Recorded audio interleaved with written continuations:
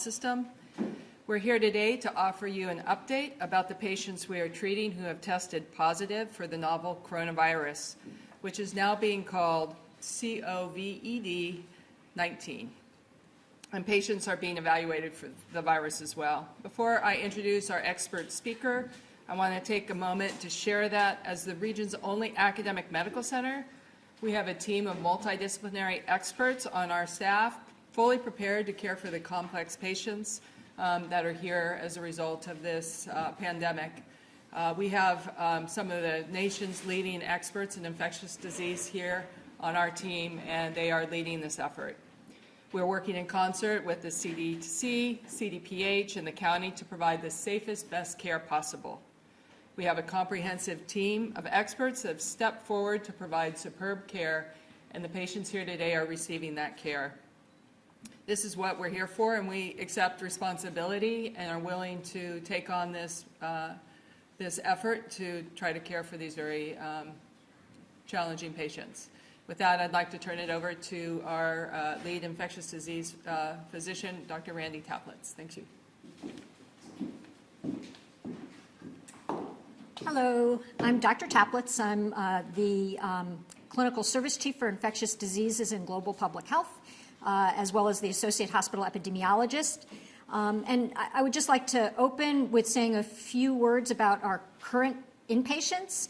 I am not going to speak to anything other than our current inpatients, although this is a very fluid situation and we anticipate having more patients under investigations, which are called PUIs, as I think you're all aware.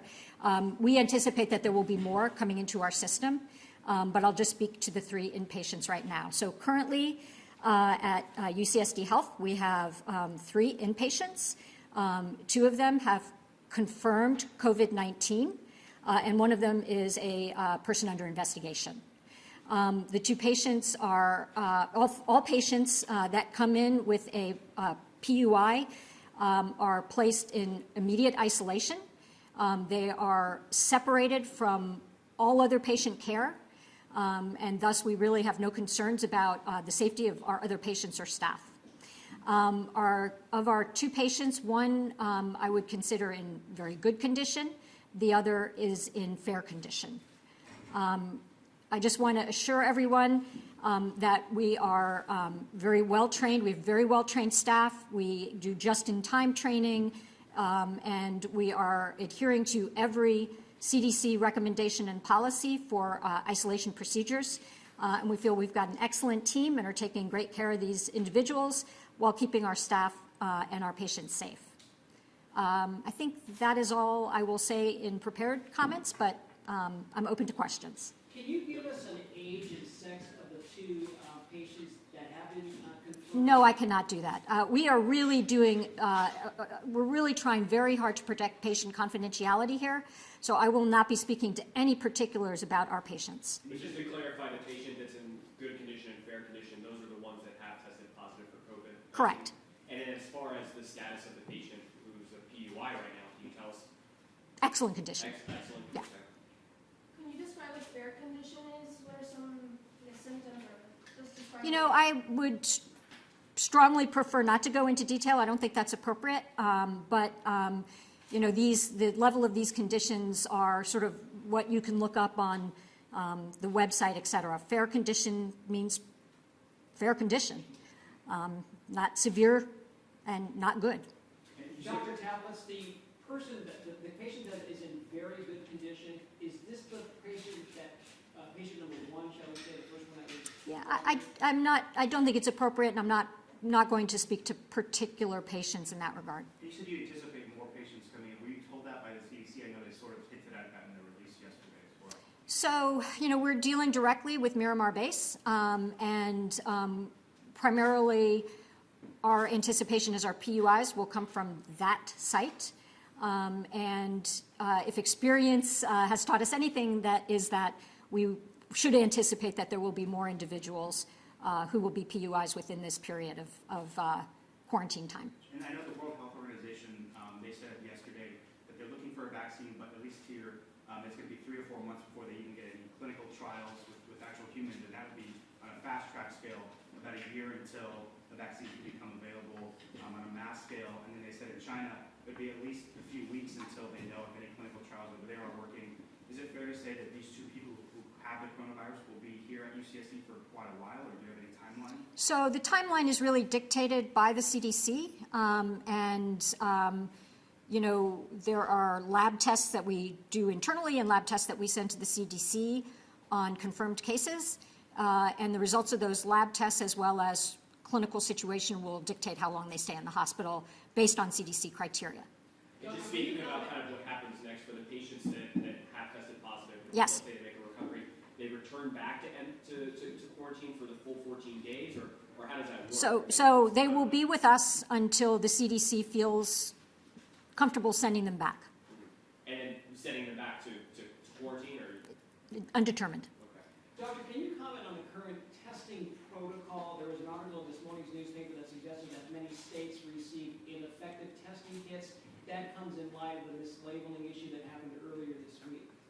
So I will beg to differ about the mislabeling issue. You know, but I'm not going to speak to that more.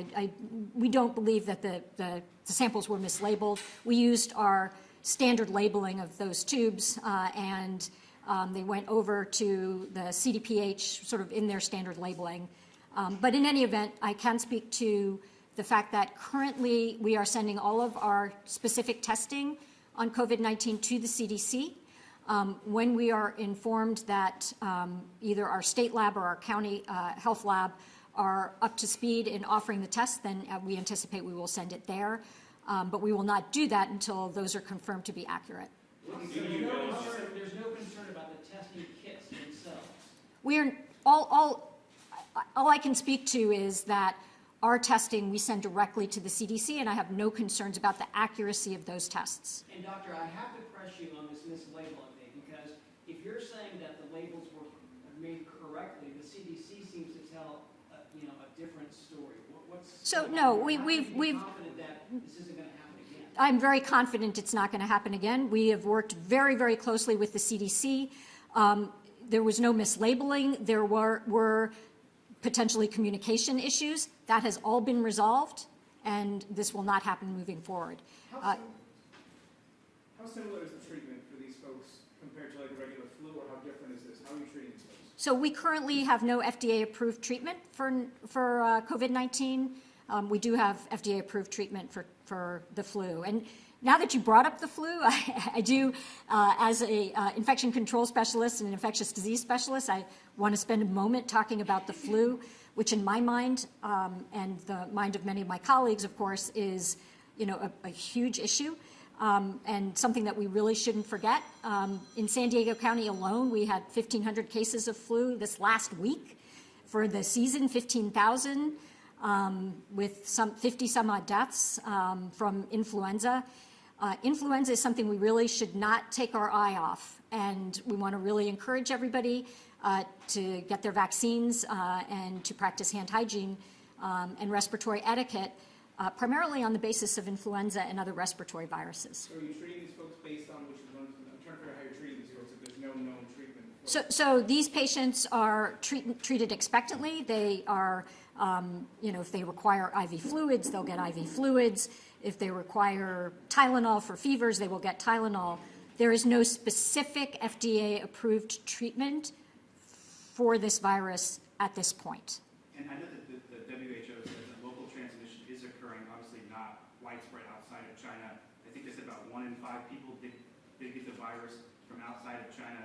That being said, with these two people that have the virus here at UC San Diego Hillcrest, how are you ensuring that that this doesn't spread to other people here, or do you know if it's spreading to other people here? Right. So again, that's where we are so adherent to our hospital infection control policies as dictated by common sense and by the CDC.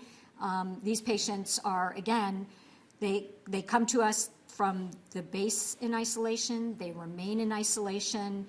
We all are educated, all the healthcare workers, from physicians to nurses to anyone going into that room, is educated in appropriate personal protective equipment and its use. We are limiting the number of individuals that go into that room. We have a log in front of each room so we know what individuals go into that room and what individuals come out of that room. We are very careful. I don't have a lot of concerns about secondary spread in that regard. Is there any communication you've had between Miramar and updates you're getting from the base? Yeah, we're in contact with them regularly. What do you know about the screening process that took place before these individuals boarded the plane, or what can you describe to us about that? I can't really speak to that. I know the WHO says that information sharing is key, especially outside of China, as they try to address Sure. this, because there's still a lot of unknowns. Can you talk about what some of that information is that I don't know if you guys are sharing information with them, what kind of information you are sharing with them? Can you speak a little bit about the unknowns and how this is constantly evolving? Yeah, of course. I had a terrific conversation last night with the physician who is the lead clinical physician at the CDC. I'm going to pronounce his name wrong, so I'm not going to pronounce his name. But he was very helpful. We talked about, kind of in general terms, because he couldn't get into specifics, about patients throughout the United States who have been identified who have COVID-19, what in general we're seeing in patients outside of China. And there's a group session that gets together every Friday and talks about approach, what are challenges, et cetera, that we will now be involved in now that we've had our cases. So that kind of information sharing is really tremendous. No, and like I said, we're in constant communication with CDPH, with the CDC, and with our colleagues at other institutions. I know that WHO also says that they're seeing like some low symptoms in people that have a confirmed case. Are you guys seeing that as well? And do you attribute that to like increased testing and just catching it before Yeah. the chance to develop? Or? Yeah, and I think that we have some good examples of that because, as I mentioned, one of our cases is in good condition, because there was so much scrutiny in the individuals at Miramar, that patient was sent to us and tested positive, but has very mild symptoms. And I'm sure you're all aware of the change in definition for COVID to include potentially milder cases. And so, while we see an increase in number, for instance, in Hubei province, a lot of experts feel that is not so much an increase as a change in the definition of COVID-19. Like retroactive cases. Right, a change in case definition. In terms of the symptoms of these patients that you have that have tested positive, my sense is these are relatively minor symptoms in the scheme of things, but these folks had flu. Would they have even been hospitalized?